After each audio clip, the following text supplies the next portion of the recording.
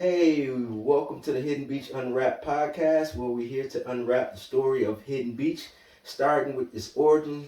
And we're hearing the story from the visionary and founder himself, Mr. Steve McKeever, who is responsible for millions of record sales, many Grammy nominations, and it means he has 30 years in the industry to give us a lot of insight.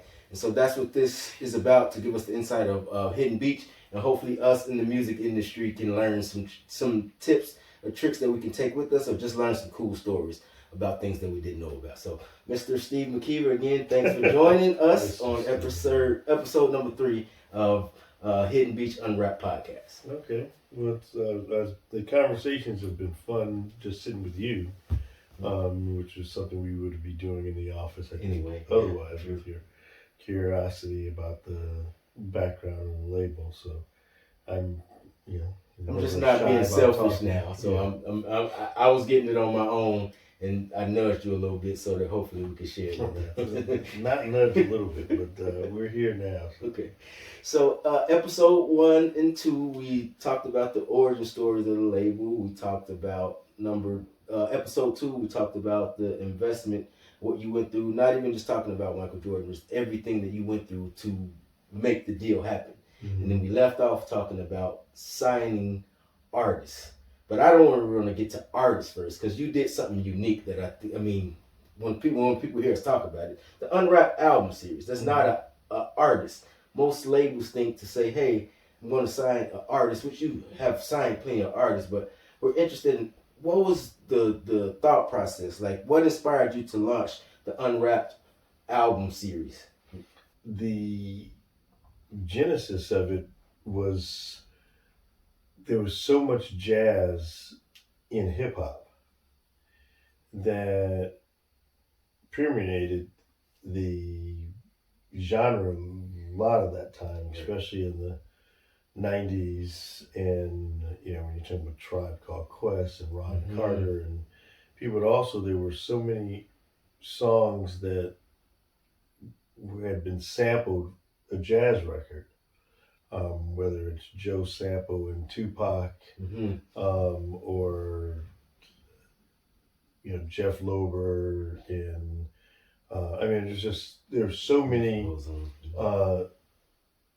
songs that Quincy Jones, Behind the Far Side, Rest in Zion. Yep, and Passing Me By, record. Far Side. Yeah, and so I was excited about how jazz was getting exposed in hip hop and how it was shaping hip hop and being used in really creative ways. And so I wanted to do a compilation album, since we didn't have any artists at the time. I wanted to do a compilation of the original songs, and because people knew them, with their hip hop hits, but they didn't know necessarily where they came from. And so I tried to go out and I put a compilation list together, and we started to knock on some doors to license the records. And we got laughed at. Warner Brothers, for example, because I think that was where I can't remember which song was where necessarily, but Warner's response was no, no, and no, because we were a brand new company. We had no track record, and I think they thought, because I was also looking for, even though they weren't big commercial records in their own right, I was talking about the gems in the catalog, and they were no, no, and no, like 15 times over. We don't know you're going to be around, even though we had this great worldwide distribution deal at Sony. And so I was left a little frustrated, because I thought this was going to be a good easy connection. Process, yeah. Everyone would see the vision and just move forward. Yeah, it just and around that time, I think I must have talked about that I was doing this or something, to my good friend Ed Eckstein, who was a mentor to me at Polygram Wing. and he somehow found out about somebody who used to work for him, Tony Joseph. And Tony and Daryl uh, were experimenting with covers of R&B songs. I think the first one was an R. Kelly song, and they were sort of pretty much taking the instrumental track that was available um, and putting players on it. So okay. Paul Jackson Jr., the great legendary guitar player, I think did the first demo. And so the idea was to go in and to take the R&B songs or these classic R&B songs and sort of flip them into instrumentals with jazz players. And somehow Ed heard about the experiment and said, you know, that you should meet with my friend Steve. And that's how I met Yes. Okay. Tony and Daryl, who were the original producers of the whole concept. And we just evolved it from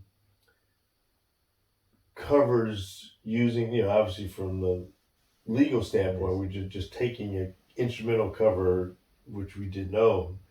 And so we started building up the idea of, playing the records again, all from scratch, all from the drum beat all the way up.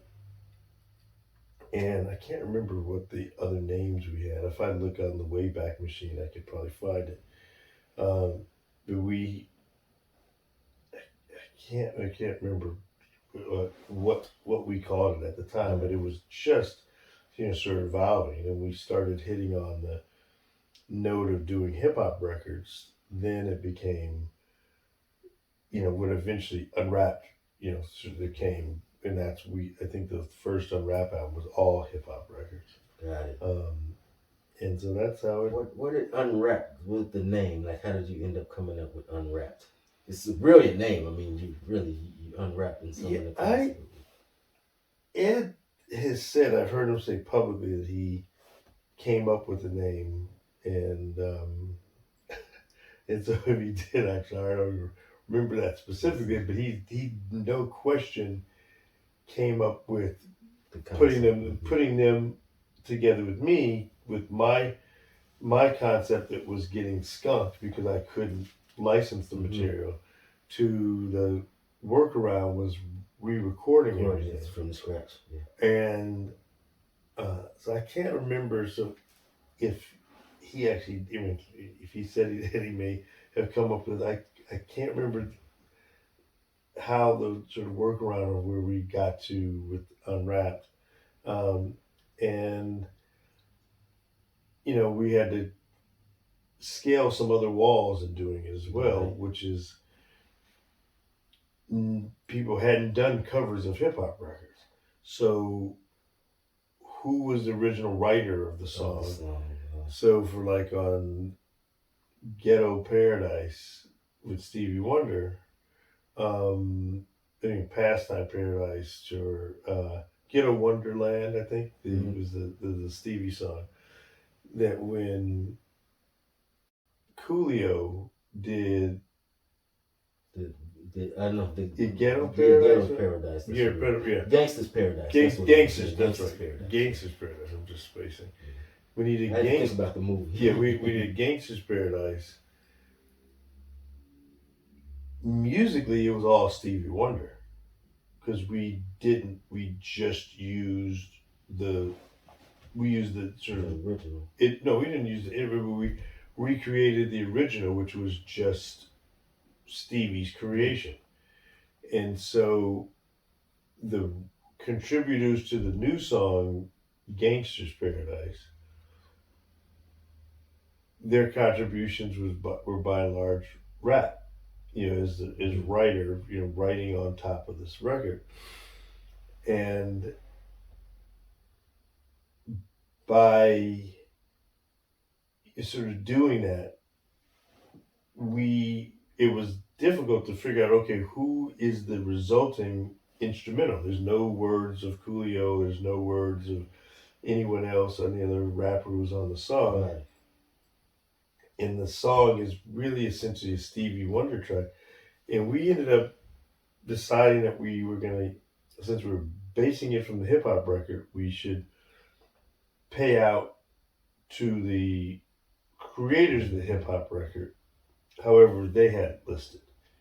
What, and saying what percentage changes, and the publishers were really excited because up until then people didn't think you were ever going to see a cover of a hip hop record.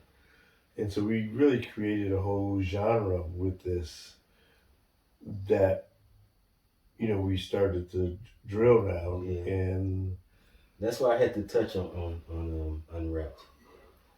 Instead of, no worries, instead of artists, because everyone know, what it's a formula to how you find artists, but everyone know about artists to come up with this brilliant. I mean, not to give it away, but I mean it's one of our top streaming.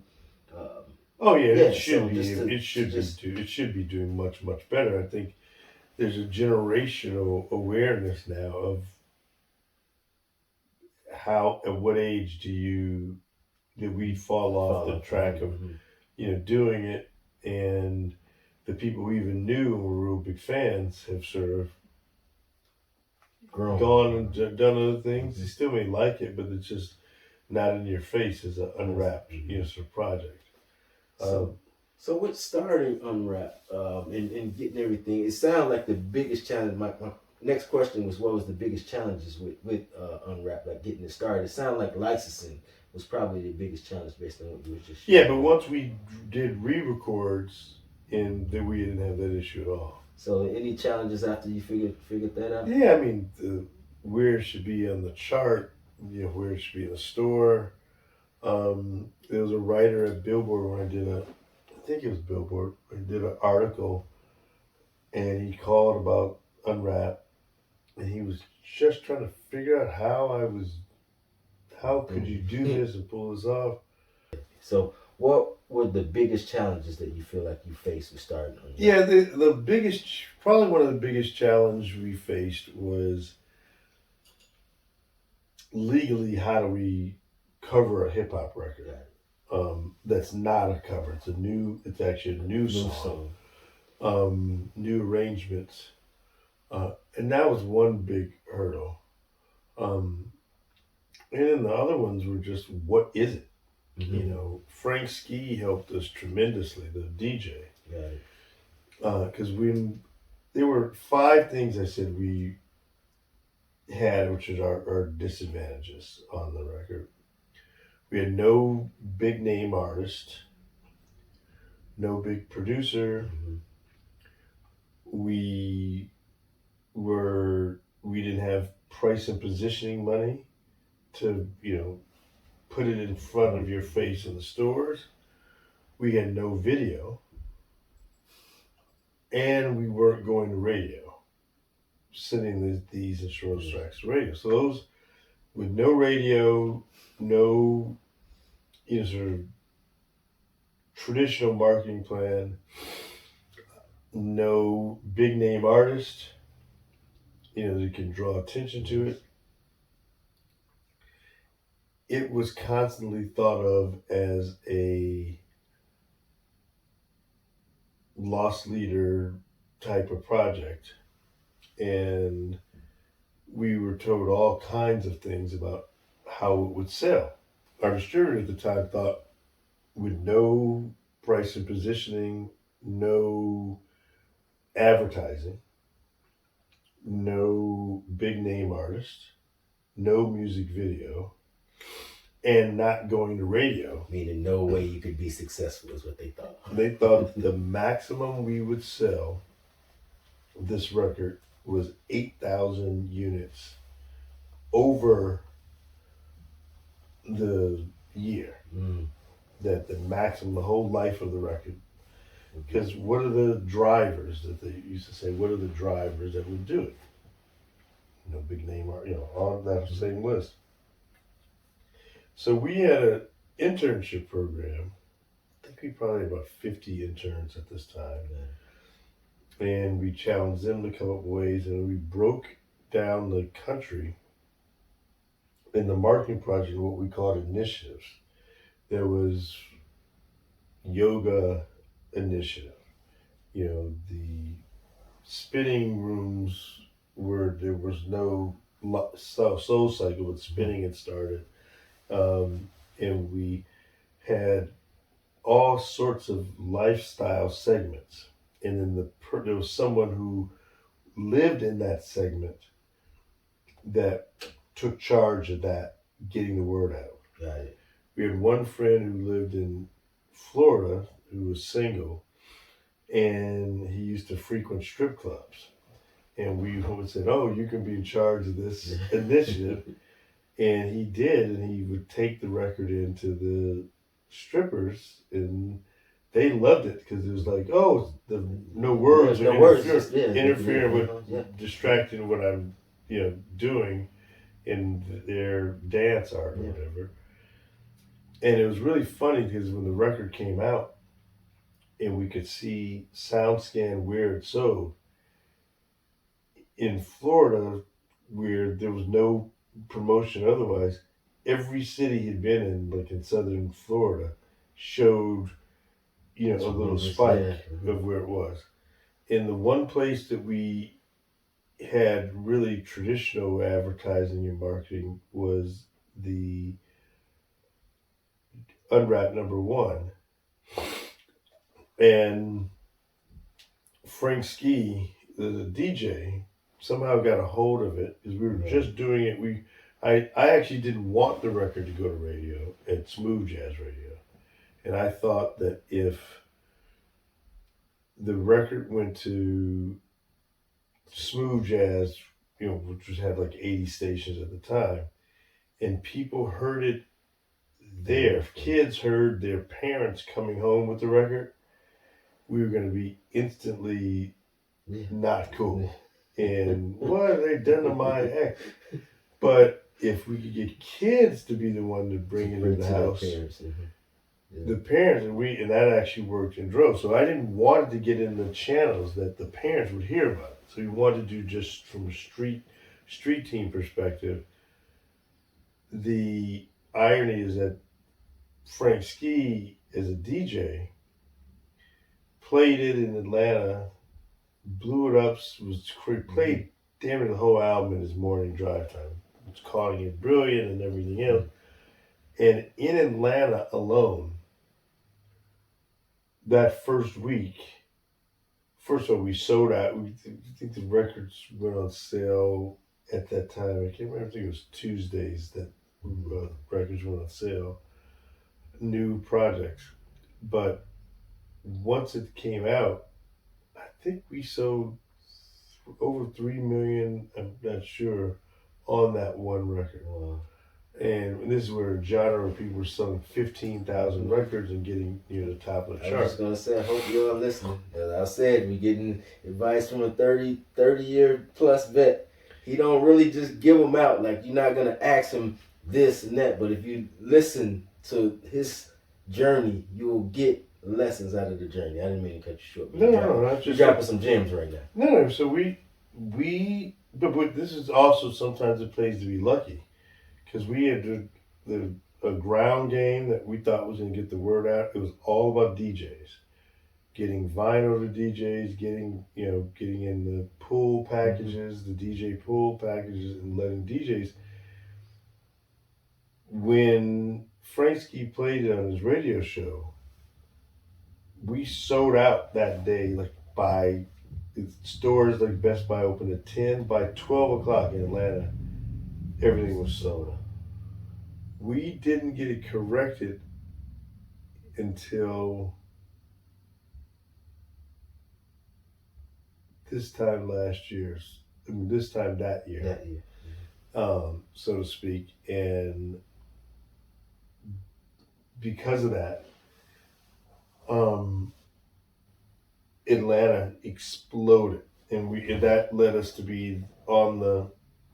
It was the first time I was told this ever happened as a brand new instrumental group or act. Got on not just the jazz chart, because I think we entered #1 in that, but we also were on the pop 200 charts. In that 8,000 or whatever we sold first week was by far enough to propel us to um, really a mainstream awareness on Unwrapped.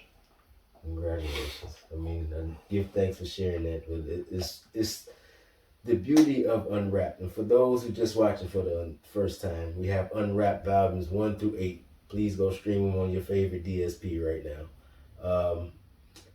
I wanted to move forward with Unwrapped and say, it's a unique blend of jazz, hip hop, R&B. Like, how do you go about selecting the songs that you're going to choose to be on each volume? It's just A&R kind of choices to figure out what could be reimagined and interesting. Mm-hmm. I stopped doing Unwrapped albums after the first 7 or 8 years, largely because copycats had come in and doing some really shoddy jobs of what Unwrapped was. And I think, so it just sort of so annoyed me that look, we've done that, we had success, we don't need to keep doing that, and we ended up sort of stepping away from it for about 10 years. Got it. So how did the band come into play? What did you decide? Okay, we have an album series and it's doing well. What was the thought? What inspired the thought to say? We always wanted to do a band. I always did. We were too dumb, at least I was too dumb to really see it all from the very beginning. But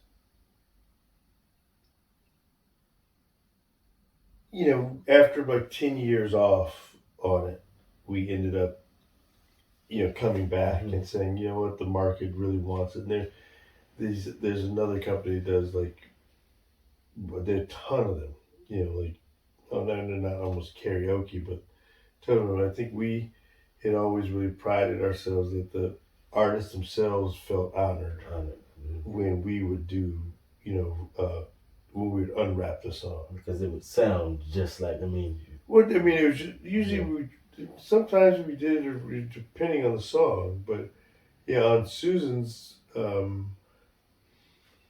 Well, I guess my point is when you listen to them, it's not necessarily through the whole song, but when you start listening, you know what song is being played. You don't have that's to true. guess. Yeah, you don't have to. You're like, oh yeah, I know exactly what song it is. So, yeah. In terms of the Unwrapped band, is it any memories that kind of stand out? Any special shows or events? Oh yeah, there's a YouTube clip online of the first time we tried to do this live. Paxton Baker, who was at Bet on Jazz at the time, we went down to the St. Lucia Jazz Festival, and he said, "Look, I'll pay for you to turn this into a concept." And the concept was Unwrapped All Stars, and meaning all-star musicians. All-star musicians, and so he booked us at the St. Lucia Jazz Fest, which is also being taped by Sony. I'm sorry, not Sony. Unwrapped. He wanted us to tape it, and we started going to rehearsals. We put a band together, and that's how it got started. Where we were really stupid, or I was dumb. We did this show in St. Lucia.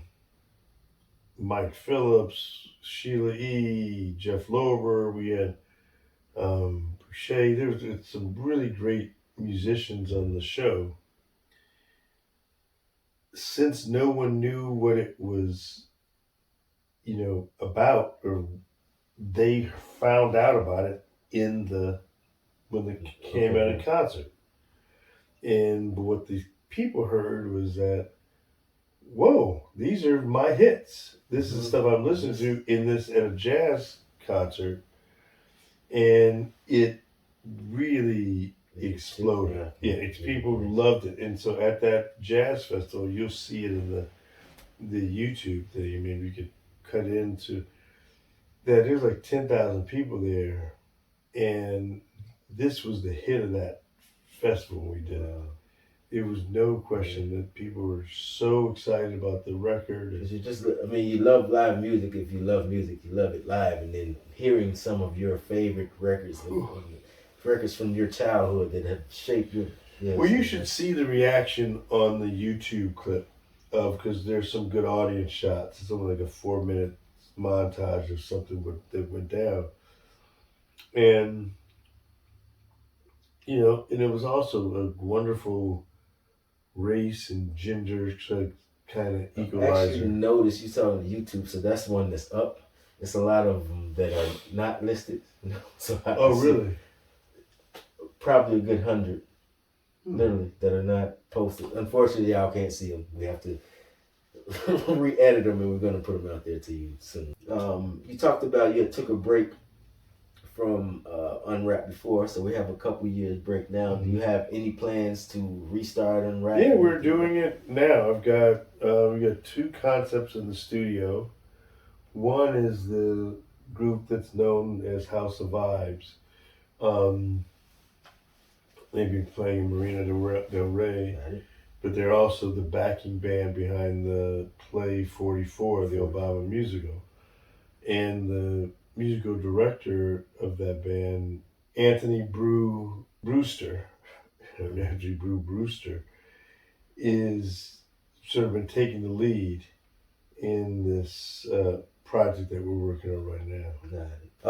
So we were talking about a break in Unwrapped as the band. You just talked about the band starting up again. Is there any plans for Unwrapped, the album? Yes, the Anthony Brewster, who's the founder of this band House of Vibes. They're all great musicians like Fish on drums, super musicians.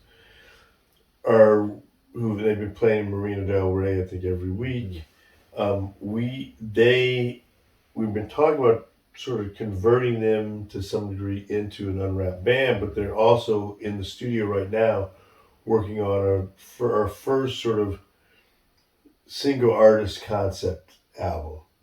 So they're working on that. We've had a couple iterations of bands where we've tried to put together one-off type bands, and then I think about a year and a half ago we were auditioning and put together a band that was going to be sort of the face of Unwrapped here in LA. So now we have House of Vibes that come forward as the band. Right now, that's what we're doing, and we can have more than one concept, sort of going on. So that's really where our heads are now, of trying to figure that out. Yeah, we're working on a few Unwrapped albums right now. One, the House of Vibes guys are actually working out a concept of a single artist album that we're playing with. Single artist. This is a new concept. Yeah, new concept where Can you share the artist, or is that a tease? That's a tease, actually. So we're seeing, it's a bit of an experiment to see about we've been talking about doing unwrapping single producers as well. The work of some of the hip hop masters as producers, and sort of some of them, sort of the biggest, most probably first guest names have had this wonderful array of music. That what we were always trying to do is expose the art behind the art form of hip hop to audiences that didn't listen, like older audiences or jazz audiences, but also taking hip hop audiences and expose them to jazz and the live art of, because they share so much. Quincy talked about this a lot, having how jazz was rooted in improvisation, the same thing that happened in hip hop. had obviously a very improvisational bent. Yes.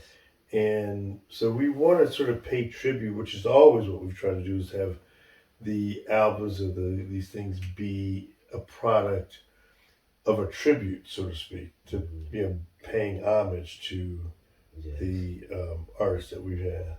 Great. So that is the story of Unwrapped. I hope we got some gems on how he went about marketing Unwrapped without DJ radio, all of the 5 things that he named.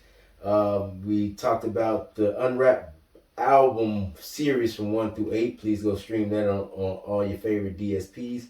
And then we'll get ready to start the Unwrapped new band with the House of Vibes band. We're working on 2 new albums. So we got a lot of gems on Unwrapped.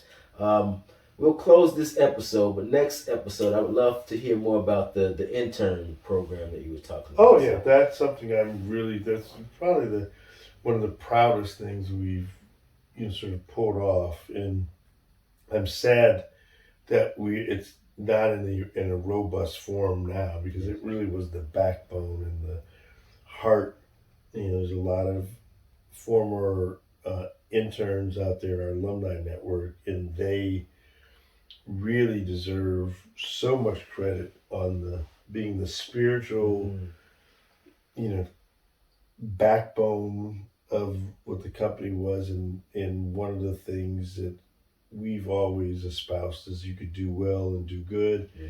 And there were not a lot of places to train and to get the type of training and hands-on experience. And so we're really proud that so many, kids who got their start in the business, who've done, amazing things.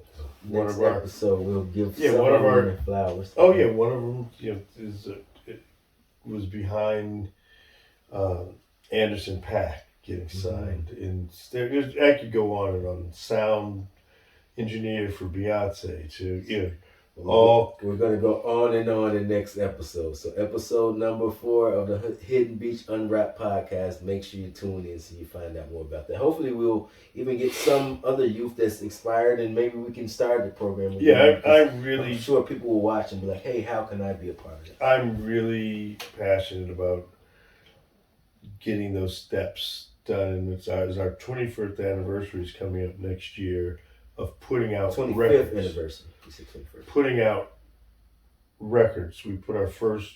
I think it's so funny that this is faded out because this shirt is. But you see what this says here. See. The launch 6/1/2000 was our launch party. We put the first album out. First 2 albums, the Brenda Russell, Paris Rain album, and the Who Is Jill Scott album. We put those both out on July 18th, 2000. Yeah. And so with that anniversary, we had interns, and again, a pretty good robust program that we worked on every day, and really every Friday spent hours on. So by the time we had an album, by the time Darius Rucker came along, we had interns laid out all across the world, not just the country. And it's a missing link I'd like to make sure that we're able to get back into play. You see, that if you didn't catch that was something for him to put in my head for me to start to take the initiative to. But I'm actually excited about it because I think it's a piece that's needed. I just went to Columbia, and it was a Columbia College in Chicago, and it was students that was there, and it was a lecture, and just the hands-on, what they were saying is they get a lot of kind of theory in the classroom, but very few opportunities to actually be in the industry and get hands-on. So that's what you would provide in these interns with that. So we'll talk more about that in episode number 4. Okay. Give thanks to everyone being a part of episode number 3 of the Hidden Beach Unwrapped podcast. Leave a comment.